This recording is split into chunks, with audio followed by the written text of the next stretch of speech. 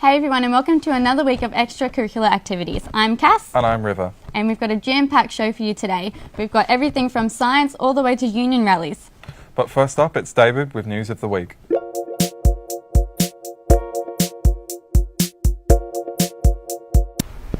Thanks guys. To kick things off, ScoMo is go.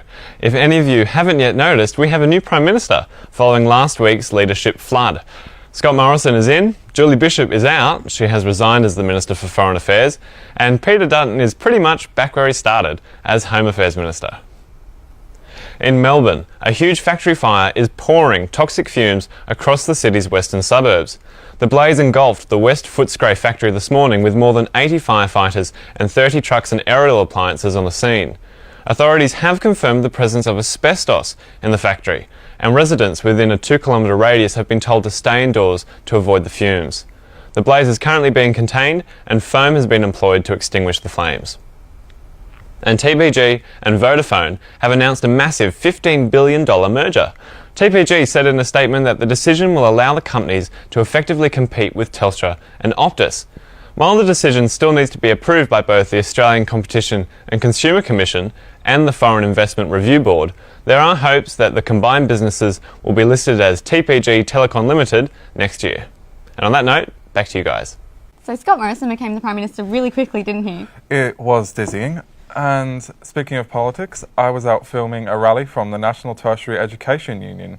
The Wollongong branch of the National Tertiary Education Union held a rally outside the University of Wollongong to put pressure on the uni to amend current employment conditions after their enterprise agreement expired last year. We have got some in-principle agreement on some issues, but not the key issues, the easier ones. What's the key issues? The key issues for us is a pay rise that is in accord, obviously, with changes in the cost of living and so on. So many of our staff members, both general staff and academic staff, are in insecure work. That could be a short-term contract or it could be casual. The union has launched a vote for its membership to engage in protected industrial action. The results will be released on the 5th of September. Caitlin Pace, UIW TV Multimedia.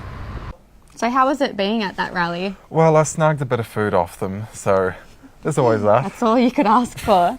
Next up, we're in the studio chatting with a couple of students from Verona College about living on campus.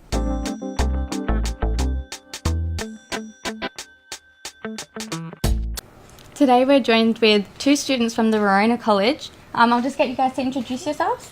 My name's Deborah and this is my second year at UW Accommodation and I'm a student leader at Verona College.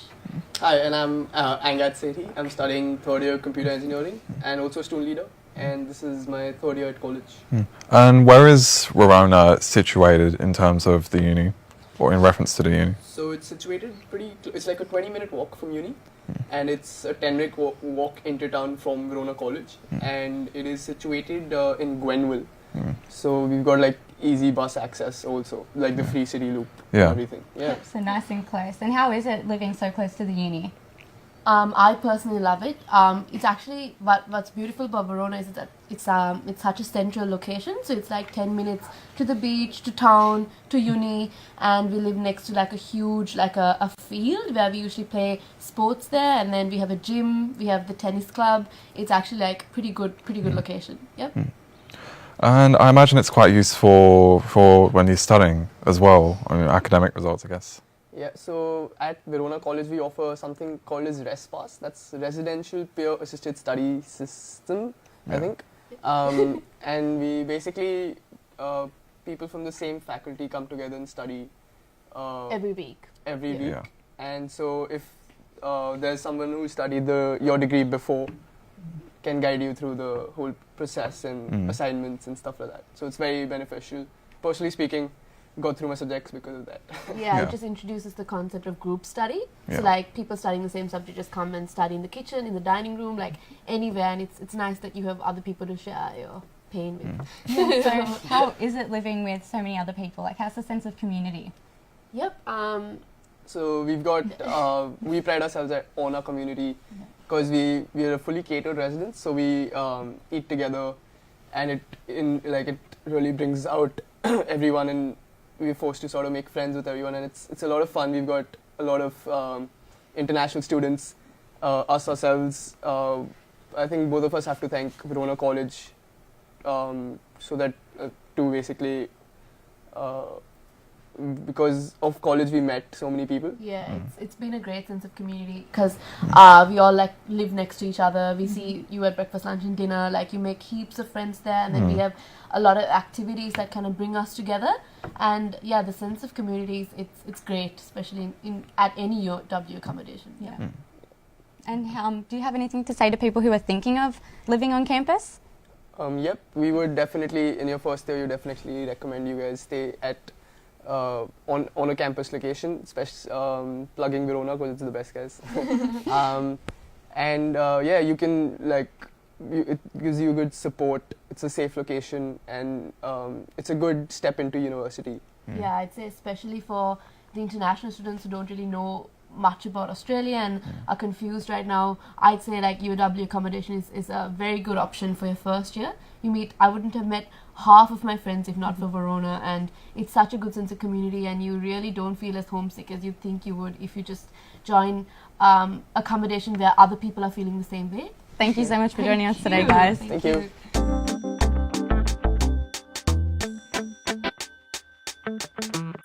Next up is Culture Vulture, where I talked to artist Penelope Lee and explored a bit about her art of marbling.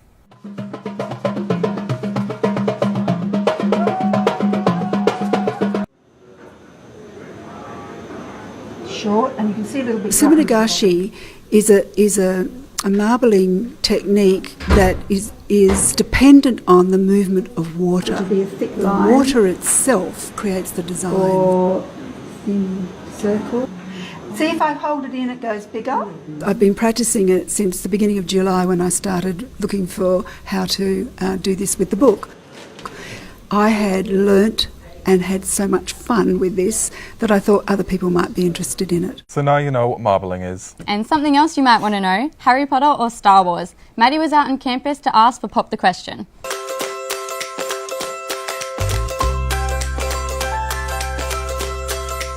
Hey guys, it's Maddie for another week of Pop the Question. This Friday, the Harry Potter Society are holding their very own Diagon Alley markets right here in the middle of uni.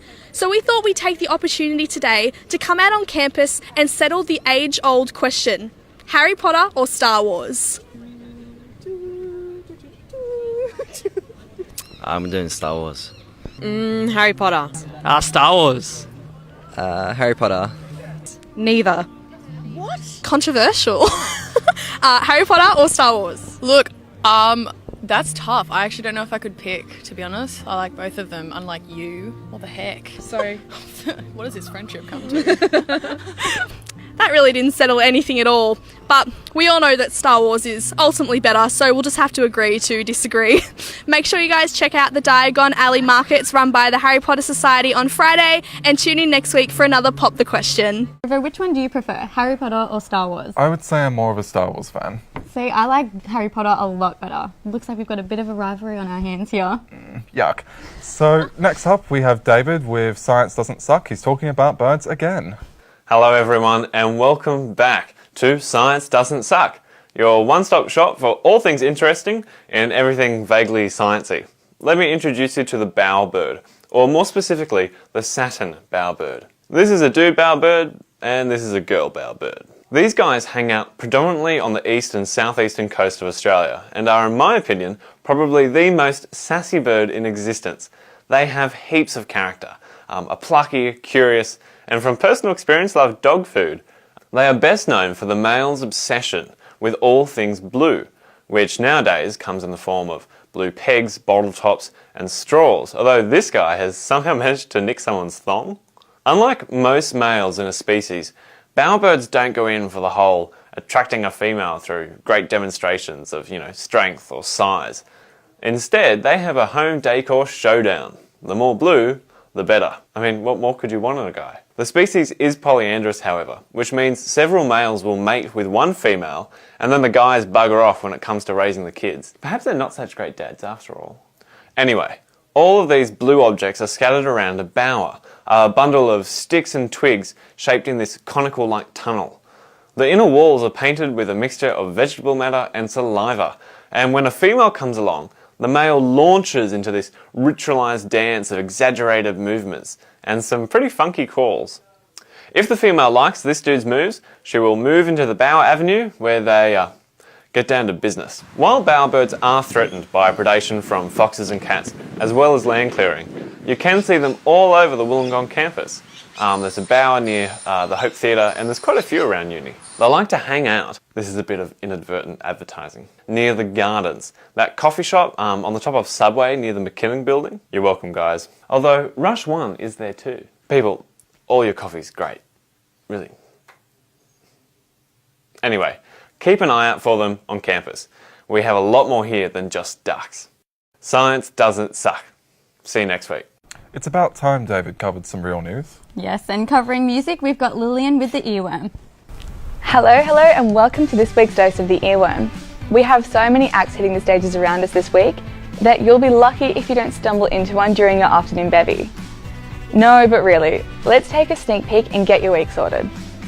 Tomorrow night there is something for everyone. If you're after a bit of Americana, Mark Lazote aka Diesel is playing at Wollongong Centro. If you're after a night of dancing, Unibar is hosting Life After Dark, with Noisy Boy producer Enchway coming down from the Big Smoke for a night of fun. Or maybe you want some of our local favourite surf rock flavour. Head to the Rural Beaches Hotel, where you can catch coastal Sydney boys, the Carver Kings, doing their thing and putting on an as per usual killer show. And Saturday night, Groove in the Moo comp winner Adrian Eagle is turning up the heat at Unibar. Having supported the Fundamentals throughout their national tour, Adrian knows how to speak to the crowds and proves to be a strong voice in the world of mental health, writing about his struggles and the happiness that still manages to punch through. And we also want to put out a humble reminder to go out and support our local up-and-coming musicians. All your favourites would have started playing at their local, with the support of family, friends and groovy strangers. So in the spirit of this, and with the annual Yours and Ours Festival just a month away, we thought we would try to bring our utmost to bring the hype train by doing some weekly spotlights on a few of the smaller artists on the bill. For this week we've got Tilly Murphy aka Fritz, the super duper indie goddess from Newcastle that you need to turn an ear to. Gearing up for a massive Yours and Ours Fest, Fritz has been all over the Triple J airways as of late with her bumper tune Biggest Fool in the World. The tune deals with all of those pinchy high school emotions, but also showcases a massive growth spurt in her maturity of sound, stretching her musically in a huge way from last year's self-titled home-recorded debut album. Shedding a bit of that grainy ambience, you can rest assured that her new sound is meant to be heard live and loud. We can't wait to see her shaking up the stages on the Saturday of the Yours and Ours Festival. You can also catch her putting something on for our young'uns at the Yours and Ours All Ages Shindig at Waves Taroji Beach Hotel. And our band name of the week has got to go to Starting Monday. You can catch these punk rockers at Rad this Friday, supporting Ride for Rain and Crush Tinnies. So that's all for this week. Thanks for tuning in and let us know what tunes have been in your head. Catch you next week. Well, that's the end of the show, guys. Thanks for sticking with us. But first we'll leave you with Melanie April playing some music for UOW Unplugged. I'm River. And I'm Cass. See you next week. Goodbye.